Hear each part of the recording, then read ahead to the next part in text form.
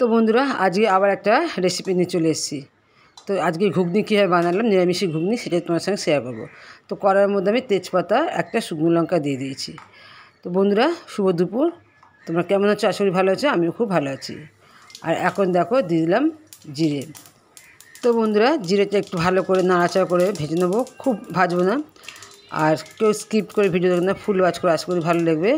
ভালো লাগলে অবশ্যই আমার পাশে থেকো, সাবস্ক্রাইব করো, কমেন্ট করো, আর আমিও তোমাদের পাশে থাকবো। তো চলো বন্ধুরা, এখন দিয়ে দিলাম টমেটো কুচি।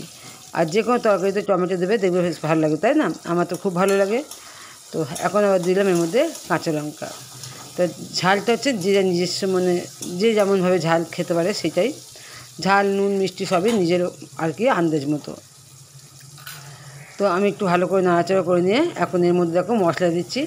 মশলাটা যেটা হয় মানে জিরে গুঁড়ো, ধনে গুঁড়ো, গুঁড়ো লঙ্কা, মানে লাল একটু কালার হওয়ার জন্য যে কাশ্মীরি লঙ্কাটা, আর হচ্ছে হলুদ গুঁড়ো, এটা দিয়ে এখন বেশ ভালো করে নাড়াচাড়া করে নিলাম।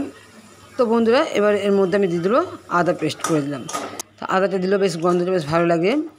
আদা দিয়ে আবার খানিকক্ষণ একটু নাড়াচাড়া করে নেব।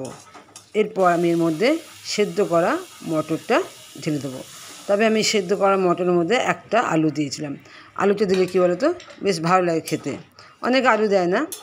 তো মটর সেদ্ধ থাকলে ঘুগনি করতে বেশিক্ষণ লাগে না। তো বন্ধুরা তোমার সঙ্গে একটা জিনিস আমি স্কিপ করে গেছি। আসলে আমি যখন মটরটা সেদ্ধ করেছিলাম তখন কিন্তু তার মধ্যে পরিমাণ মতো নুন দিয়েছিলাম, যার ফলে পরে কিন্তু আমাকে নুনটা দিতে আর লাগেনি। তো ওই জন্যে এখন আমি আর নুন দিলাম না। আর এখন দেখো আমার মোটামুটি ঘুগনিটা হয়ে গেছে। আর এর মধ্যে আমি দিলাম ভাজা মশলা। আর ভাজা মশলাটা কী বলতো, ধনে আর জিরে আমি শুকনো খোলার মধ্যে ভেজে গুঁড়ো করে নিয়েছি। তো এই হচ্ছে আমার নিরামিষি ঘুগনি।